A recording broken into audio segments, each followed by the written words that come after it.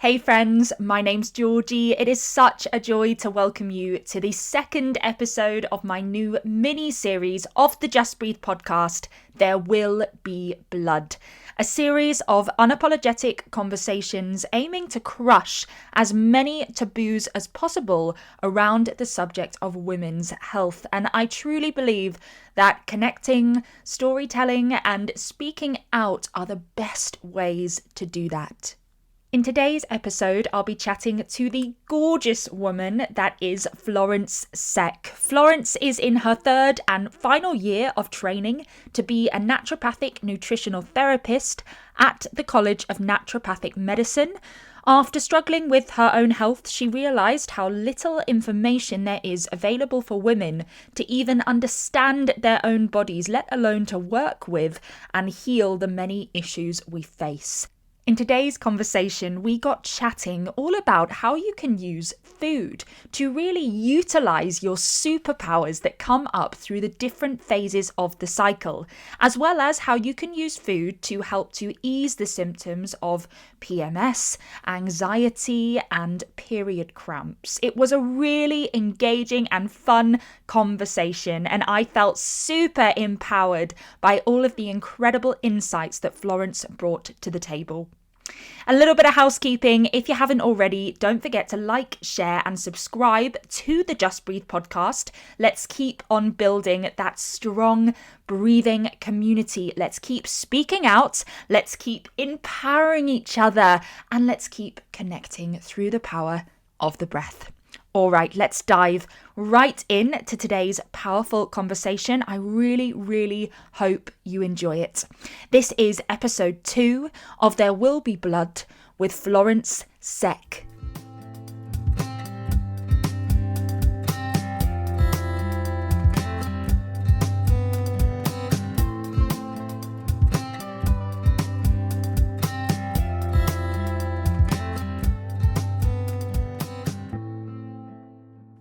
What's up, Florence? How you doing?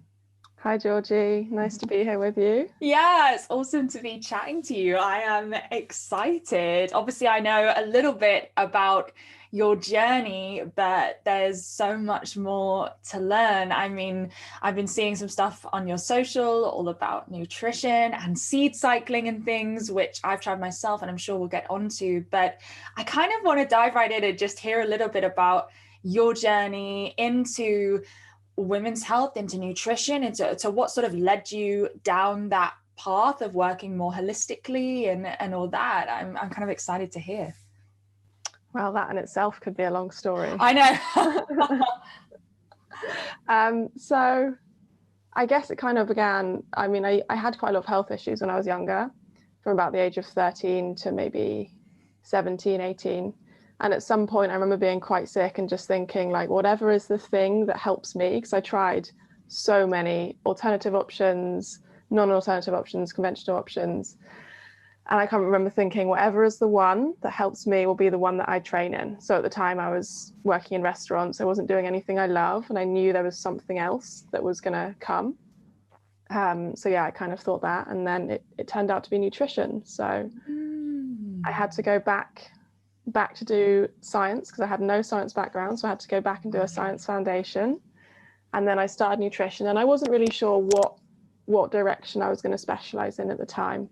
I just kind of knew that was the general field. And having had some health issues, I kind of had a bit of health anxiety for the first few years of studying. Actually, I think everyone in my class, we all had this thing where every time they'd check a symptom, we'd all be like, I've got that one, I've got that one. That's me, every single one, that's me. Yeah. And so I used to analyze things a lot. You know, I'd always be seeing, oh, is this slightly out of balance? Is this slightly out of balance? And I did it with like all areas of my health, apart from my menstrual cycle, because it's one of those things that as women, we're just like, it's just difficult, you know, that's just how it is. So like I analyzed everything in my life, but I never thought about analyzing that, which is a bit crazy thinking about it now. Yeah, I've got to agree with you on that one, actually. I think I was in the same boat up until about a year ago. I never really paid any attention to it, which is really weird to think now, because it's actually such a central thing, which we'll get onto later. But yeah, I only really brought it really into my attention in the last year, which that's just a conditioning thing, surely. It is, yeah. I mean, most women I talk to have a story. Everyone's like, oh, actually, I have this thing, and I don't tell anyone about it because it's just part of being a woman. And it's not, it shouldn't be part of being a woman. Yeah. So yeah, one day I was just lying in bed with really bad period pains, and I was like, actually, I don't think this is normal, or this is okay, even if it is common. Yeah. And that's when, I started on my own journey of healing my own issues. And that led me to kind of, the more I spoke about it, the more people were like, oh my God, tell me more. And I was like, okay, I guess this is something that needs to be spoken about, and people need to have that kind of information available to themselves. So I started Instagram, and then just all ran away from there. Man, absolutely. And how long did it take sort of for the nutrition to really work for you, or for you to realize that this was the thing actually that worked? Because I suppose it's so simple, it could almost feel like it's too simple, and you're like, oh, there's got to be something else, like a specific pill I need to take, or a specific remedy, or something, where just the way you eat is. How long did it take you to realize that actually you're like, no, this is enough? Do you mean in terms of specifically for menstrual health or for overall health? Well, when you were on your journey, I suppose, when you were really, you said, you were suffering from a couple of different things, and when you were on your journey of healing, which is, of course, a lifelong journey, but, really starting, when did you really clock on to the fact that it was really working for you? Well, I used to get, so I used to have recurrent urinary tract infections, and then I got some kidney infections and tooth infections, and just everything was kind of building up. So I guess the point when they stopped coming, I was like, oh, it's working. But the key is that it's like you said, we all want one pill. It's the same with food. It's not just food. It's, we have like key pillars like our environment, our lifestyle, our stress levels, and nutrition. So it's about giving your body all of the building blocks so that it can heal itself. So it kind of is a full lifestyle. Yeah, all those key factors. It makes total sense. So in terms of moving on to the menstrual cycle as such, how can women sort of use nutrition to guide them through their own menstrual cycle, I suppose? Because I'm still clocking on to separating menstrual cycle from period, which is really funny because obviously it's not the same thing, but your attention does just go straight to the period. It's actually only 4 or 5 days of the cycle for most of us. So I even almost said there, how can women help with food going through their periods? But what I mean is actually through the entire cycle, how can women help to balance those? Because there's a lot of hormonal shifts, isn't there, throughout the cycle? Yeah, it's a good point what you just said about it not just being the period, but the cycle. It's one of the first steps, is realizing that we are going through a full monthly cycle, not just a period. But saying that, I think the period is actually, it's kind of like a monthly report card. People call it the fifth vital sign. So like, it isn't the only thing that's happening, but it is the outwardly presentation of what's happening throughout the whole month. Right. So even though it's not the only thing we're trying to balance, it's where I start in looking to analyze what's going on through the rest. So for example, like tracking your cycle and tracking all the different symptoms is the first step, because things awareness. Awareness, and things like the color of your blood, any blood clots, any specific types of symptoms, they'll all be signs of what might be out of balance. So tracking it is super important place to start to figure out what's going on. Yeah, and in terms of tracking it, are you talking about just tracking your period, or are you talking about tracking your entire cycle, and how do women do that? I'd say track the entire cycle, but your period is the easiest place to start, because it's obviously, you can see it a lot easier. So tracking things like, the color of your blood is super important. If there's any blood clots, that can be signs of estrogen, progesterone out of balance. And also, I recommend everyone tracks their temperature as well. Have you done that? Yeah, so I use natural cycles and I Yeah. take my temperature every morning. And it's really interesting actually to look, even natural cycles, the app's really good because it Mm-hmm. tells you if your temperature is erratic or if it's quite sort of steady and rises and falls with the different stages of the cycle. Because the temperature, I was surprised, it really does vary throughout the cycle. There are some big Mm-hmm. dips that happen, which I had no idea what were going on really. Yeah, I think it's the most incredible way to get an understanding of the hormones, because for many people we have no idea what, or maybe we've heard of the hormones, but we don't know what's happening, where they're happening. So I think using your temperature is a great way to understand how estrogen rises at the beginning, and then after ovulation you should have that rise in temperature, and that's a sign that you've ovulated and a sign that progesterone is rising. So it's Yeah. a really nice kind of physical way to actually understand how they're moving and what might be out of balance.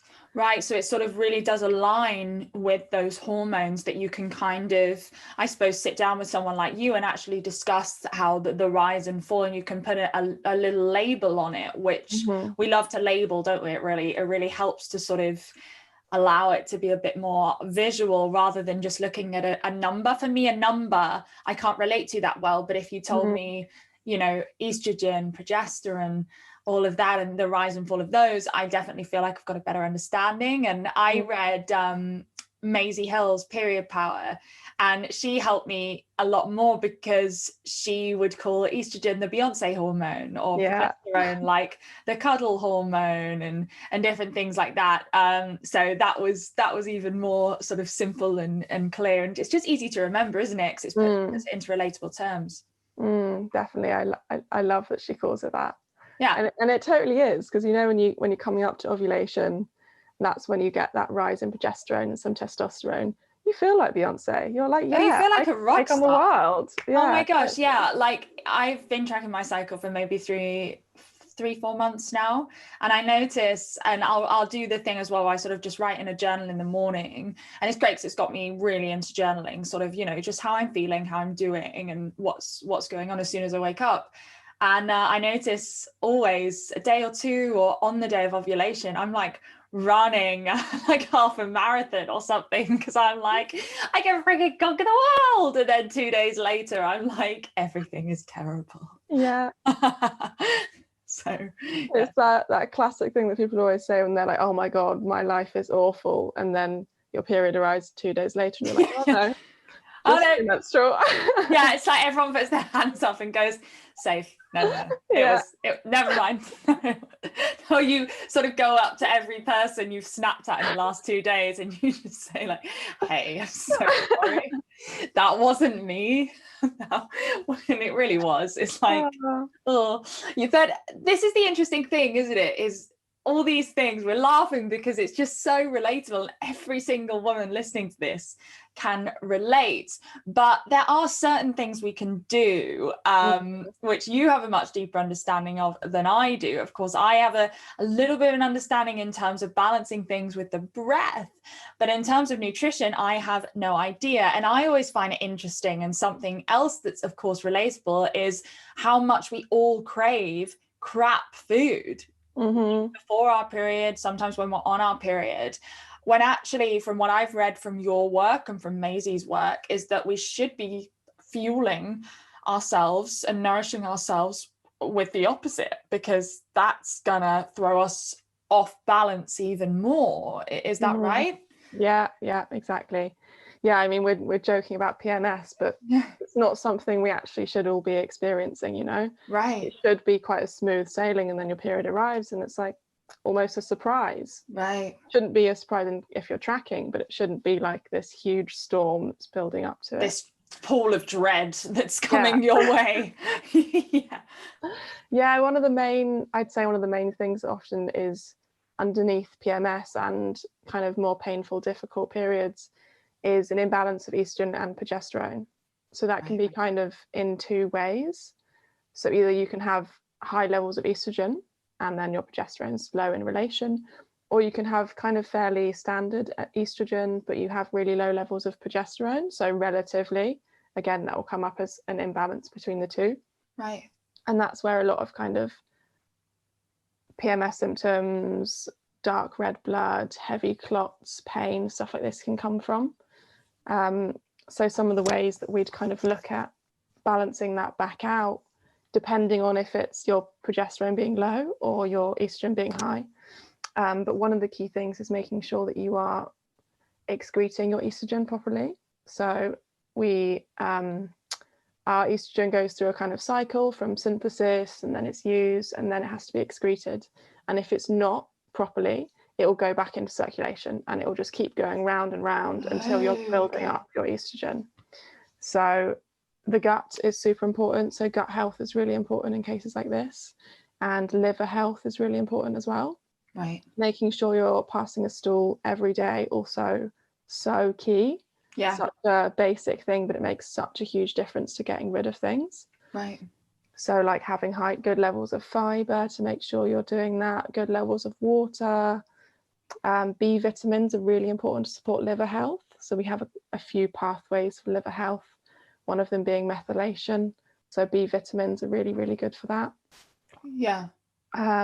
In terms of B vitamins, and when you're sort of saying fiber, B vitamins, I think this is an interesting point, because today in the commercialized world, there's so many packets of things that say high in B6 or high in fiber. And actually often when it is those packets, they're actually the things you want to stay away from, because it's the most processed. It's like a cereal, right? That's like high in fiber, and you're like, right, but you look on the back and actually it's just a pile of sugar with a bit of wheat in it. And it's sort of like, so, you know, when you're talking about B6 and fiber, I guess things we're all really familiar with. I know personally, I sort of then go, okay, I sort of have a vague idea of what I should then actually put into my mouth. Like, could you give a couple examples of sort of what would be a really wholesome or the ideal thing for optimizing liver and gut health to balance your cycle? It's definitely something I'm personally interested in as well, really working on, because I feel quite misinformed in terms of what to actually eat. I definitely walk around supermarkets confused on a regular basis, I must say. I mean, it's totally understandable. There's so much information. It's quite hard to see what you should be following. I'd say like just the basics would just be real whole foods. Right. So nothing processed, nothing in a packet, like real vegetables, real fruit, real grain from the ground. Exactly. If it looks like it's grown, then that's how you want it. I mean, yeah, fiber, I definitely wouldn't go for the high fiber packet. Shredded wheat. Yeah, exactly. They're just processed. And no, when I'm saying fiber, I'm thinking vegetables, root vegetables, flax seeds, chia seeds, stuff like that are all great for fiber. Oh, cool. So are you talking about what vegetables are high in fiber? Is it sweet potatoes? Sweet potato, yeah. I mean, honestly, I just say eat as many vegetables as possible. I aim 5 to 7 vegetables a day, and within that you should get lots of fiber. Oh, okay. So, okay. Legumes are great for fiber. Okay. So like kidney beans, aduki beans, right, chickpeas, they're all really good to build up fiber as well. Oh, okay, fantastic. Cool. And for liver health, so like folate is super important. That's just all leafy greens. So leafy greens will always be a key thing for balancing, well, for all health really. Yeah. B12 is also quite important. Right. That's something that obviously vegans won't be getting. So if you're vegan, that's usually found in animal products. So if you're vegan, that would be important to either check your levels or supplement. And yeah. Right. And how can you check your levels? Is that a trip to the doctor, or is that sort of something you have to pay for privately? Something like B12 would be a private test. Yeah. Right. You can go to places like Thriver. It's not too expensive. Okay. You can get kind of a full panel of different things for like, say, 70 quid or something like that. Okay, that's not bad at all. Yeah, I've heard of the Dutch test, which I know is about sort of 300. That's quite an expensive one. It looks well worth it, to be honest, but pricey. Yeah, the Dutch test is well worth it. It is amazing. That goes a lot more into like each different hormone, and there are kind of different metabolites the hormones can go into. Some of them are more protective, some of them are more harmful. Right. So the Dutch test does go into all of that in a lot more in depth. So if I'm working with a client, I'm super thrilled if they decide to go down that route, because you can really see it all properly. Yeah. But yeah, it is a little bit more pricey. Right. I see. Okay, cool. So we've gone into B6 or B12, B6. There's so many B vitamins, my goodness. And So many. fiber, I know, fiber, gut health, liver health. Is there anything specific nutrition wise we can do to actually directly help combat those PMS symptoms if they do occur? Because of course, you know, if you're in the beginning of your journey and you're someone that really suffers from PMS or really strenuous periods, then it's going to be I guess a slow burner to start to balance those hormones. So is there anything people can do right now to help to ease those symptoms a little bit, to ease the anxiety sometimes that comes with the PMS? Yeah, it's one of those things that's you have to look at it quite individually for each person. There are actually 4 different types of PMS, and they all have different roots. Okay. So for some people it might be linked to blood sugar, and for people like that, I was one of those people. They're the people, if you're getting a lot of cravings, like throughout the month, if you're noticing energy dips in the afternoon, that's kind of more linked to your blood sugar. Right. So for those people, obviously I'd do a full case, but for those people I'd recommend, so to balance your blood sugar, you have to have 3 good meals a day, and make sure that every meal contains a good source of protein and a good source of healthy fats like avocado or a good fish or flax or chia seeds. Okay. And that's one of the keys to hormone health, I'd say, for anyone really. Because when you don't do that, if you have like a big carb meal, you get this huge increase in blood glucose, and then you get insulin release, and that can cause a lot of imbalances in the hormones. I see. Okay. So that's really important for everyone, to always have a good protein and a good fat in every single meal. And don't skip meals. A lot of people come and they're being quite restrictive. Yes. And that can actually be super damaging, because you're telling your body that you're not in a safe place. So you need to be nourishing your body with everything it needs versus taking things away. Yeah. And I guess what's coming to my mind as well is exercise and rest as well. How much does that come into play? Because of course exercise is a stressor and a good stressor, but of course it's all about that balance, that if you are over exercising, I'm sure that can have a big impact on your menstrual health and your menstrual cycle. Yeah, absolutely. Actually, a lot of athletes don't have a menstrual cycle. Wow. Because, we always say, like, exercise is definitely key. It's really, really important, but don't push yourself. I think especially for women, it's really important to be more gentle. Exercise, it's good to get the blood flowing, so it's really, really beneficial. But if you push yourself, again, you're putting a strain on your body. And I was going to say stress is like one of the key things as well. Yeah. And excess exercise can be a form of stress. And when you're stressed, you're telling your body that you're not in a safe place, and obviously it's not going to be reproducing if you're not in a safe place. So it kind of just all gets shut down if you're in a state of stress, and extreme exercise can do that. Right. That's a tough one, isn't it? Because I mean, I myself, I love sort of road cycling and running, and I'm very much into exercise. And I recently have sort of gone on this thing where I'm like, I really love to do a triathlon.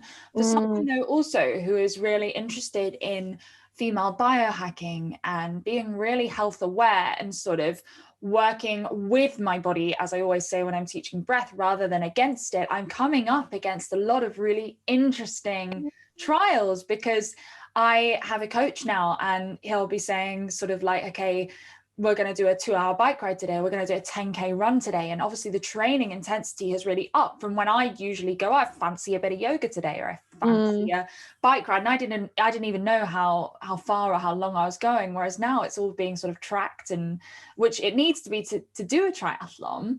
But it's really great for me, because it's uncovering many different sort of trials that a lot of different women, there's so many obviously women that are into marathons, triathlons, all the rest, and by no means should they stop. So I guess that question then arises in terms of, okay, but how can we maintain balance in our lives when we are women that do a lot of exercise for non-aesthetic reasons as such, because aesthetic reasons, I'm sure you see a lot of women with that. I know I do as a personal trainer, that that's a whole nother side of the game. That's when you get those women, I suppose, that are restrictive, that are sort of exercising to try and maintain an ideal aesthetic that maybe is not complementary to what your body actually needs. But I am interested in terms of exercise, what and this may be a question neither of us can answer, is what can women do to find that sense of balance? Yeah, I think you're totally right. It's balance. So it's doing the exercise and then making sure that you really rest afterwards, or make sure that you're finding a way to, you know, balance that stress that you're putting on your body by really doing something to release it all in a physical way, like things like breath work. Yeah. You know? Yeah, absolutely. And I suppose it's that interesting term, stress. That's the key word we're talking about here, is that's even going back to what you were talking about at the beginning, in terms of it's about lifestyle. It's not about one quick fix. It's that, sure, if, you know, at the moment, like me, you're doing this extreme form of exercise, can you minimize other stresses in your life as much as possible? Because I suppose if you're piling stress on stress, you're going to experience some issues in terms of the menstrual cycle as well. So I wonder if it's maybe going, okay, if I'm gonna, it's almost like a pie, isn't it? And I've maybe increased the slice of my fitness pie. And so I go, right, that's got a little bit bigger. So now perhaps I have to actually block out time. This is really helpful for me. I'm just taking this as a personal session. You can only use your own experience, of course, but maybe I need to block out time in terms of being like, I need to have this much time to eat and really nourish myself, no quick on the goes. It's like, because I think a lot of women miss that. And I think that's a point actually as well, is that rarely do we block out time to relax or to take down time. It's sort of just nice when you can get it, is the sort of Western mentality, isn't it? It's a privilege to rest rather than a priority. And what's your opinion on that? Should rest, do you think, be actually so much more of a priority in our lives as women? 100%, yeah. Really? I mean, I definitely had, before I started this most recent part, I definitely had a couple of years where I was managing in a cafe. Right. I was doing the Science Foundation. I just moved to London and I was just on this crazy go 10 plates spinning at a time, right? Literally, yeah. And I thought I was managing it all anyway. I was like, yeah, I'm smashing it. I'm doing all this stuff. Smashing it. Yeah, definitely been there. And then eventually, I think, you know, the thing is, people always say rest before your body makes you. That's really smart. Yeah. So, you know, if you take the time to rest now, you won't get to a point where your body's like, I need rest, and it will make you sick because it needs to rest. Right. So I do definitely think if it's so important, and if we don't do it, at some point something will come up that will make us do it.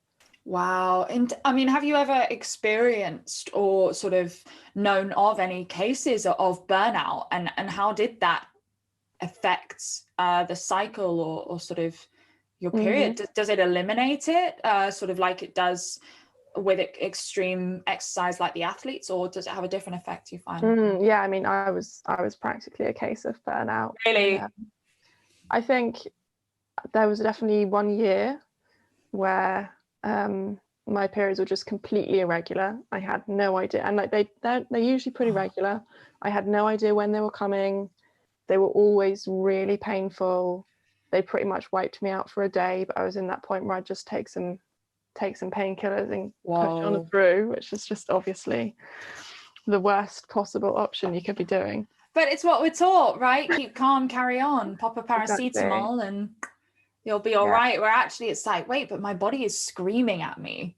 Yeah, it's like I heard a lovely thing, like, listen to the whispers before it screams, you know? Oh, wow, that's beautiful. Yeah, that makes so much sense.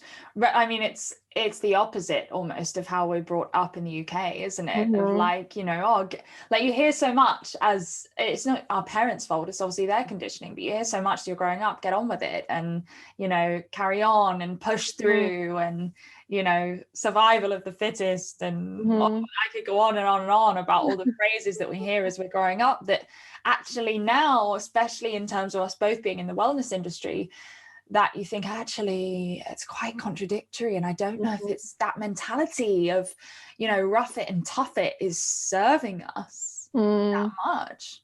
Yeah, I think we also, as women, we've been trying to fit into a man's world. I know I definitely was, especially so being a right. manager. I was there like, right, I'm equal to a man. I can do it exactly the same as a man. And I won't take a day off for my period because that's what a woman does. And we'll be seen as weak and all these things. So we're kind of pushing down our natural nature. And yes, we're absolutely equal to men, but we're not the same. We are different. We live in a cyclical way. And I think for me, part of the journey of working with my cycle was also kind of reclaiming being a woman and being like, actually, you know what, I'm not the same. I don't have to live in that way. I live, my energy changes, my moods change throughout the cycle. And it's actually a really beautiful thing to connect to when you do. And, on your menstrual cycle, we're meant to be a lot more intuitive. And if you actually take the day, so now I'm trying to plan into my life, I take the day, the first day, and I just try and sit with myself and see how I'm feeling and journal and anything like that. And it's actually such a beautiful gift in a way. Yeah. And the whole insight into your health every month. I think the way we've looked at it as almost this burden, this is happening again, and it's not as if it's a surprise. I know. Oh, damn it, happen again and again every month. I've had it 12 times now in a year. It's like no, but you're right, it is such a gift. And gosh, it's really, really interesting, isn't it, in terms of being a feminist. And I think especially our age, many of us would consider ourselves feminists. And I would certainly sort of give myself that label in terms of, yes, I'm all about women's rights and strong women and feminism and all the rest. But I definitely was on the same page as you in terms of exercise, where I'm like, well, no, I don't care if it's 2 days before my period. If they're going for a run, then I'm going for a run. Yeah. It's like, well, but do you actually want to go for a run? And reclaiming yourself as a woman, see, that's a very strong statement. And I think it's beautiful actually how you said it, because it's that actually we don't need to be the same as men to be feminist. This is something Maisie Hill says as well, in terms of, she's like, it doesn't make you a bad feminist if you take a day for yourself because you are on your period and you need time, because we are, same with exercise, we are completely different to men.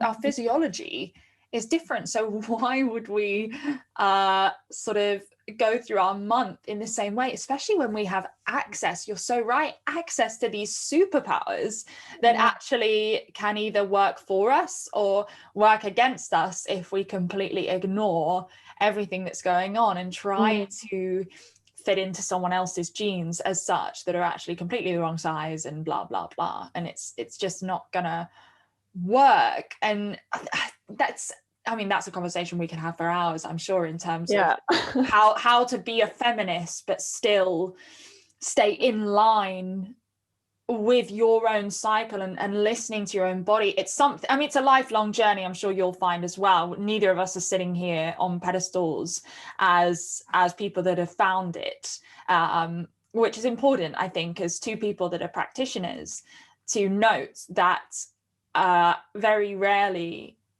has anyone found it. I don't think ever. I think they're lying if someone says, yeah, I've cracked it. I've absolutely cracked every single bit of my health. And it's such a journey. It's such a journey. And it's actually one of the things that if I ever go to a teacher or a guide or somebody and they're and they say I've got the answer, I'm always like, I don't think you're the one for me, actually, because it's something that I so believe that no one has the answer. We're all somewhere on different paths. No one's further ahead in something. We're just doing our own. And I mean, if some months I'll be stressed, won't do the right things, and then I'll have a bad period. I'm not sitting here saying I've got it all sorted. Every period you're like, yes, I live in a blissful exactly every period is in flow. And no, but it's the same with me in terms of even breath work. Sometimes I fall off the wagon and I'm like, here's the thing that we're both pointing towards, I suppose, is that we notice. I notice if I haven't done breath work that day, and I notice the difference, and now it's a rarity because I notice such a difference, or I notice if I'm ignoring my cycle, which is a fairly new journey for me, especially in terms of exercise, because it's very obvious when you have that, and I'm coming back to the feminist thing here, when you have that contradictory of, I meant to do this, but my body is saying no. So how can we work together to actually serve ourselves? Yeah, and I don't have the answer to that. I don't think anyone does, but I think it's an awareness and a trial and error thing, and also a little bit of growing some balls, because you can sit there, which is hilarious because that's a very male term, but in terms of, you can sit there, can't you, and say all you like, I'm going to listen to my body and whatever, and then maybe if you get out there and your coach or whatever, maybe who's a man, or your boss or someone says, well, you should do this, and you go, no, okay, I'll do it. Or actually, it takes a lot of courage to go, no, that's not in line with me today. That's not. How important do you think boundaries are in terms of starting to work with your cycle, and what kind of challenges do we women come up against when actually starting? Because it's not the conventional thing to do, is it? Yeah, I've definitely had an interesting journey with boundaries. I went from kind of no boundaries to like really strong, don't cross my boundaries. And then I was like, okay, I can soften up. So yeah, I think they're very important, but it does take a lot of courage, to say to a boss or to someone, actually, I'm not feeling great today. I'm going to need to take a day of rest. That's hard, especially because in so many ways people have seen that as kind of weak, and it's not. It's listening, and it's actually really incredibly strong. It's powerful. I agree. It's really powerful. Yeah. And have you ever seen the work of Brene Brown? Yeah.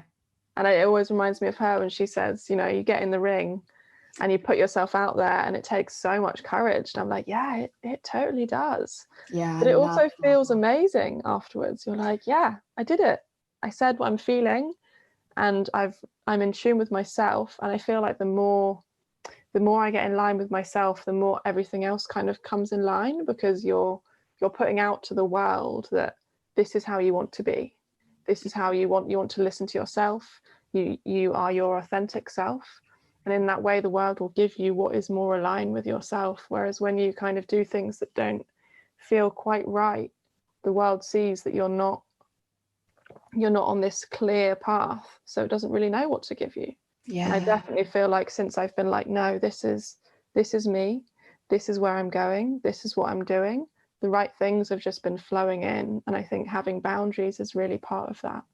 Yeah, I completely agree. And I mean, I feel like I've only taken the first baby steps on this journey, but I think you're right. And I love that you brought up that quote. It's one of my favorites from Brene Brown, where she says, you can sit on the sidelines in the audience seats of the arena and you can watch, or you can get in and fall over and get your face a bit dirty and get back up, and someone's going to try and stop you, and you can step over them and keep going. And it's hard, but you can only win if you're in the arena, kind of thing. And I love that as well. And I agree, it's tough. It's very difficult actually to say to a friend, like, hey, I can't meet up today. Or if someone says, oh, should we, especially in COVID times, that, oh, should we have a long phone call catch up? This is something I've been facing recently, is when friends say, oh, should we have a phone catch up? And in yourself that you're like, I feel really like introspective today. I feel really like I just want to be with myself. I don't, and it's nothing personal and it's nothing malicious. Like I just want some time to my energy to restore, kind of thing. And that's another avenue. It's a tough one to explore, where you're like, hey, I'm just taking some time.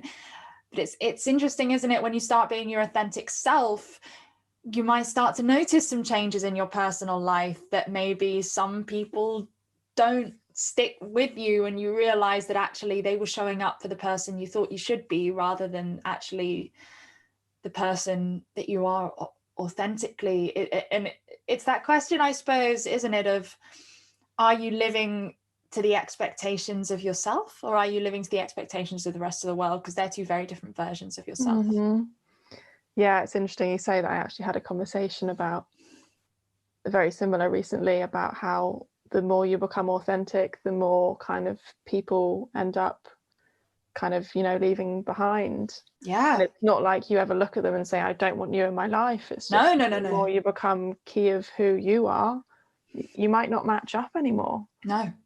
But then so many other things will come. So, you burn some bridges, but so many other things will come in, because same as what I was saying about being aligned, once you're more sure of who you are, you can relate to people who are more similar in a much stronger way than if you're kind of this unsure, trying to please people all the time. It's harder to relate to someone in that place, I think. Yeah, it's definitely the journey I've personally been on as well, in terms of discovering my authentic self and actually really finding some blissful things, but then being honest that I'm like, no, this is who I am, who I've been ignoring for a long time, that actually not that many people know, because I hadn't been following my path for a long time. And so you're right, it's not in an obvious way, but people do start to sort of drift off and distance, and there's no need to explain it or confront it. It's just an acceptance. But it's such an interesting journey, and it's interesting that we just started about talking about being in line with your menstrual cycle, but that actually a menstrual cycle is such a key part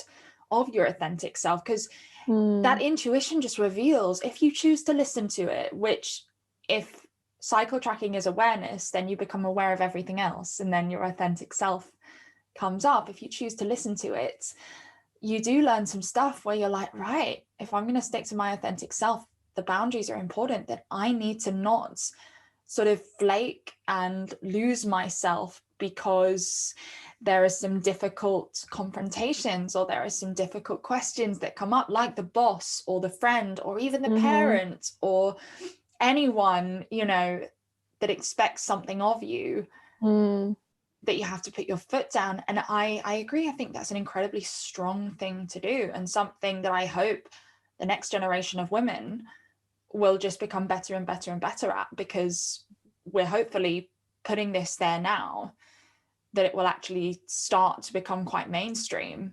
Yeah, it is, and it's a hard thing to do, because especially if these people that you're kind of releasing, if you don't yet have those new bridges with new people, you're just completely stepping out of your comfort, especially if you've grown up with a certain group of people and you start to be more authentic, and suddenly you realize it's not quite as matched as you thought, but you don't yet have a new circle to step into. You just kind of have to step out and just trust on your own. It can be really lonely. I've definitely found that myself. I don't know about you on your journey, if you've had sort of moments of, I've definitely had moments of loneliness where I've been like, I feel really on my own in this, like, and then you question your authenticity, because you're like, am I unlikable?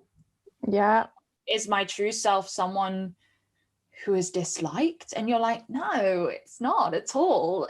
That it has completely different alignments to the ones I was pretending to be, to please everyone else. Yeah, there's definitely that middle bit where I was like, this is me, and then, like you say, I'd get lonely, or there'd be no one to go to the things I wanted to do because it wasn't related to the friends I had. No. And then I'd kind of swing back and be like, oh, maybe I am more like this. And I'd be like, no, that's definitely not it. And I'd have to go back to being this person. But I spent a lot of time going out on my own. I went to dances on my own. I went to events on my own. Me too. Actually felt incredibly strong. I was just like, yeah, you know what? This is what I love. And I'm going to keep doing that. And the more I did that, the more I found this new group. Yeah, the new tribe. I was the same in terms of definitely going to events on my own, and you know, cafes when they were open, definitely went on my own, and that's really liberating in itself. Even just going, you know, for some people going for a walk and they're on their own is really intimidating, and it's something I've sort of really enjoyed my own company a fair amount, and so it's definitely something that I find, I agree, is something that's very strong. Yeah, I absolutely think so. I mean, it's like that powerful woman, isn't it? When you walk in on your own, you're like, yeah, I can do this. Yeah, I'm good. I can do this. And to be fair, I think alone time is so necessary, because if you are never allowing yourself to be alone, to be with yourself, if just purely being with yourself is really uncomfortable, then you're not actually giving yourself the grace of that time to get to know yourself without the influence of anyone else's opinions or anyone else's expectation. And you can start to live this really deluded reality, I think. And I think spending time by yourself is very important. That's when I come back to breath work. I mean, you know, I think a couple of days ago, I was like, oh, I haven't been on my own enough. And I have to keep reminding myself I must spend time on my own. And during the first lockdown, I was living in London and I moved back to Devon. And I moved into my parents' little cabin in their garden. And it was the first time, maybe in my life, in a very long time, that I had just my own space. So I was social distancing from them for the first while. I had a little camp stove. I had a little bathroom I could use, and it was literally just this tiny little wooden cabin. I can't even really call it a cabin. It was more like a shed.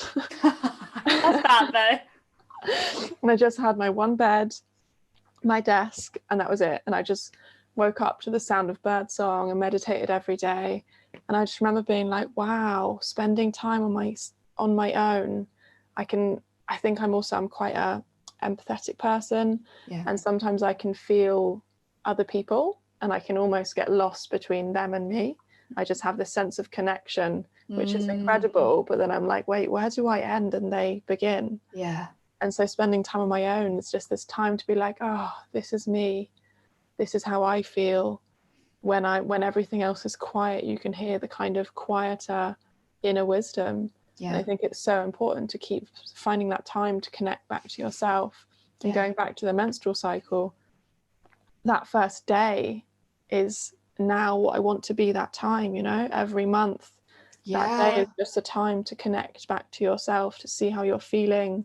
And then if anything's off balance, it's a sign. Every month it's like, oh, this is not quite right. And every month you can be like, okay, what's going on for me this month? I think it's such an incredible time to connect to that.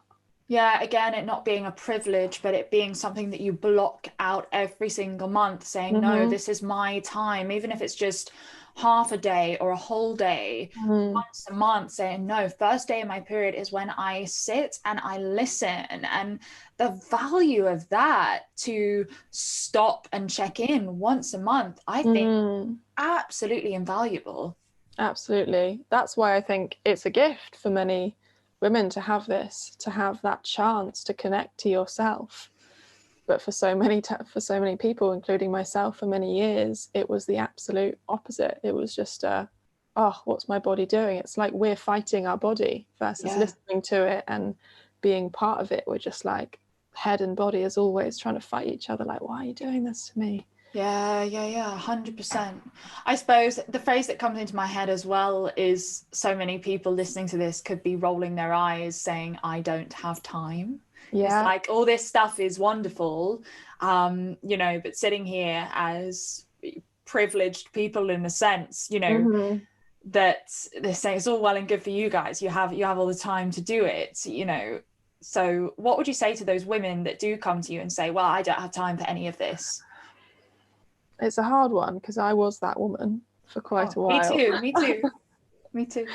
What would I say to them? Yeah, I'd say if you don't find time now, your body will make you. It's back to that, you know, if you don't do it regularly, at some point you'll get sick and you'll have to take so much more time off than if you looked after yourself in the time running up to that.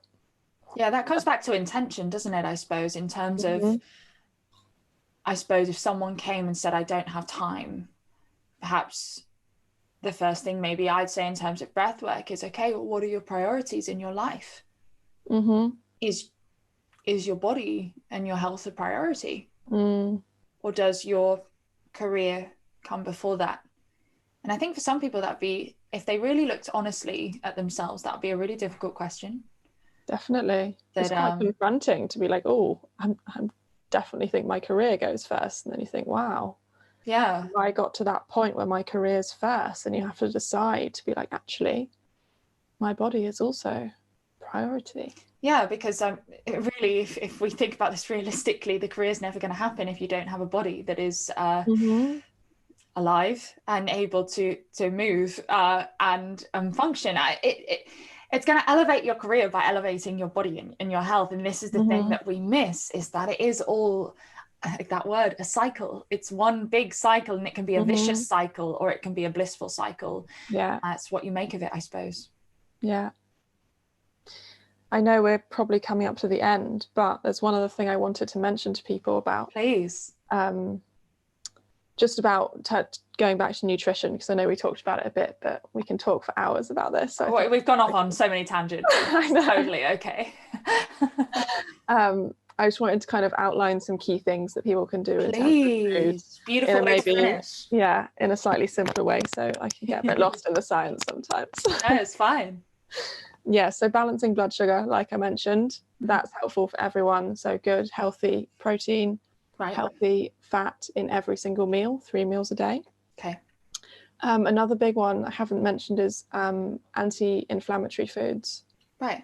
So especially period pain, if you're someone who experiences a lot of period pain, that can be from prostaglandins, which are basically an inflammatory molecule in your body. Okay. So if you have quite a high inflammatory diet, that can make it a lot worse. And for people who have endometriosis, this is also key. So anti-inflammatory in terms of omega-3 fats, so like good sources of fish or fish oils if you want to supplement, chia seeds, flax seeds, hemp seeds, walnuts, and avoiding the more inflammatory foods, like lots of animal fats can be quite inflammatory. They have high levels of omega-6. Vegetable oils are actually a really big one. So a lot of people cook in vegetable oil. Oh, okay. And that can be really inflammatory. So we always recommend cooking in a saturated fat like coconut oil. Okay. They don't oxidize. So swapping out vegetable oils for something saturated, or avocado oil is also a good one. Olive oil is better. It's not as good to cook with, but it's better. So I use it sometimes. Okay. So generally, yeah, avoiding inflammatory things, having more anti-inflammatory. Right. Stress we spoke about. Yes. Water, also really important. And then just a huge range of vegetables. We've all heard eat the rainbow, but it really does make a huge difference. Right. And with that, how important is it to go organic or to just buy vegetables? If you had to have a choice between organic or lots of vegetables, go lots of vegetables. I know not everyone can go organic, but yes, I do think it is very important. So another key thing about high levels of estrogen, we have kind of chemicals that mimic estrogen in our body. So these are in things like plastics, they're in things like pesticides. And if you have high levels of them, your body is going to think that you've got really high levels of estrogen. Okay. They're in things like cosmetics. So that's a whole field that you can look at. Your cleaning products. All of these things can have toxins that can mimic estrogens. Right. So if you're experiencing PMS or heavy periods, that could also be a key thing. Getting rid of plastics, having glass instead. Yeah. That's been important. And yeah, having organic. Right. Cool. There's a list, isn't there? I remember I heard from a brilliant talk actually by Pucker Herbs that there's a list of veggies that you should prioritize to buying organic. I will try and find out what the list is called and put it in the show notes. I don't know if it's the Clean 15 and the Dirty Dozen. Dirty Dozen and Clean 15. Great. I'll try and put a link in the show notes because that's really interesting in terms of budgeting for what you need to prioritize to buy organic, and what you can just buy sort of off the shelf as such. And even things like just spending 10 quid on getting a water filter can be really beneficial as well, right? Yeah, absolutely. There's so much in water. Right. And that's like I was saying about mimicking estrogens. A lot of things in water do that. So that's really important.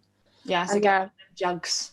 Definitely. And what you're saying about the clean 15, it tends to be things like berries, fruit that are on the dirty dozen. So it's really important to get them organic. Okay. Whereas things like bananas, avocados, obviously they've got a skin on them. Yeah. So it's less likely to be sinking into it. So there it's kind of more okay to get non-organic versions.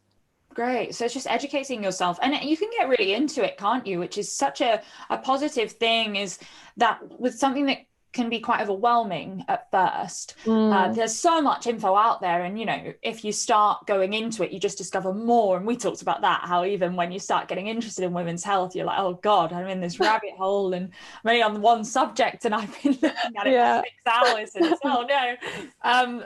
But I think if you sort of just little and often have a little intention to go, okay, I'm just going to have a little read of the dirty dozen just before I do my shop and just see, and not putting that pressure on yourself, I suppose, is that something you advise, is those small incremental changes rather than trying to sort of tsunami yourself into sort of, I'm gonna, that we've all done it, that where you wake up one day and you're like, nope, new me, that's it.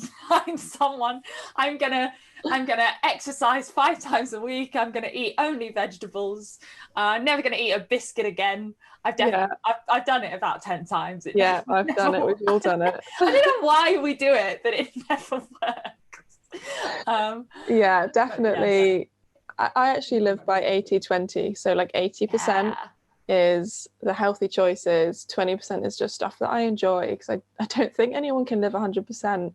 And expecting yourself to do that just means you're going to fall off, and it's going to be harder when you do, because you've been restricting like enjoyment's important. It's stress also. If you are approaching health from a state of stress, then surely it's not going to go very well. And I suppose it's going, no, realistically, what can I implement this month, even if it's the tiniest thing, like going to Argos and getting a Brita filter and going, that's the one thing I'm going to do this week or this month, and next month I'll do the vegetables, and then the next month I'll get a Diva cup, and then next month I'll blah blah blah, and all things we could talk about for hours. But yeah, I completely agree. It's really unfeasible to sort of say I'm going to meditate for 4 hours a day, and that is from personal experience, that's not a realistic goal. It's something that I always look at with clients. I look at their case and then I kind of say, look, this is what I think is most important for you to start with, and then we actually have a look at their life and say, can you fit this one in, can you fit this one in? Then we'll come and do a follow-up, we'll look at how that's gone, and then we'll add some more things. So it's definitely not a whole lifestyle change, unless it's quite a severe case and they really need it quickly. Yeah, of course. If that's I suppose a unique sort of situation, but with sort of the everyday, I think it's so much easier to approach, to say, let's start with this, and then, let's go. And there's many people that do say they don't know where to start, and I suppose that's where people like you come in terms of maybe seeking out some guidance and investing in a little bit of guidance to help at least get you started on your journey, because I'm sure you don't intend to be with women for life, that you put them on their path. I mean, a big part of what we do is education. It's one of our key pillars as a naturopathic practitioner. So yes, I want people to come and see me when they need that, and also it's the support, just knowing there's someone there to be like, how are you doing, are you getting on with it, let's have a look at it. And so we in a session, I won't just say this is what you need to do. I'll educate about why this is helpful, what might be out of balance, and that means that they can go home and they can implement it, and they actually have an understanding of what they're doing, versus just being told to do something on the internet or something like that. So my aim is definitely to be able to empower them to do it themselves, to show them in ways that they can then go and take it on for their life. Autonomy over their own health. Makes sense. Yeah, well, speaking of that, where can people find you if they want to connect and ask you more questions and come and work with you? Yeah, so my Instagram is florence.seck, SSECK. My website, I'm also a tutor, so my website is focused on tutoring at the moment. Right. So that's the best place to find me for now. And I shall be launching a full, well, I won't say too much for what I'm launching yet, but in July, there'll be lots of new things coming up. Ooh, that's exciting. So I'll put a link to follow you on Instagram in the show notes, and then everyone just keep your eyes peeled for Florence's big reveal, which I will also share on my Instagram so that it's all in line in July, which and I hope that we can do some more stuff together. Yeah, because I think stress is a huge part of it, and personally I think breath is one of the best ways to tackle that, so I'm sure we'll be joining forces more. I'm sure. Yeah, nutrition is the one thing that I really feel I have not dived into yet, because I mean, I don't want to go down another rabbit hole, but purely because I have been someone that has classed myself as someone who eats healthily, but just that sort of general term of, yeah, I eat healthily. I eat bright things. I don't, plan any of it. I don't know what any of it is. I couldn't tell you how much fish or this or that I eat in a week. I'm like, just eat what I want, but it's healthy. I'm attracted to healthy food, but so I really want to educate myself into nutrition much more, and I'm sure many women listening do too, and men as well, of course. Everyone's welcome. So it's definitely something I'm interested in learning more about, and I think you're a great source of education for that. So but thank you for talking to me today. I think it's been awesome, and I've learned a lot for sure, and so many insights have come up that we could talk about for hours. We could. All sorts. We could go down many patriarchal rabbit holes and scientific rabbit holes and spiritual rabbit holes, which I'm sure we will. I'm sure we'll have to do a part 2 when you launch your thing in July, maybe. But for now, thank you. Any final points or a final sort of mic drop that you'd like to leave women with in terms of a nugget of advice? I just say, by getting in touch with your cycle, it can be so much more. I haven't even touched on the amount of stuff that it's brought me. Right. It's connecting to your intuition, your inner wisdom.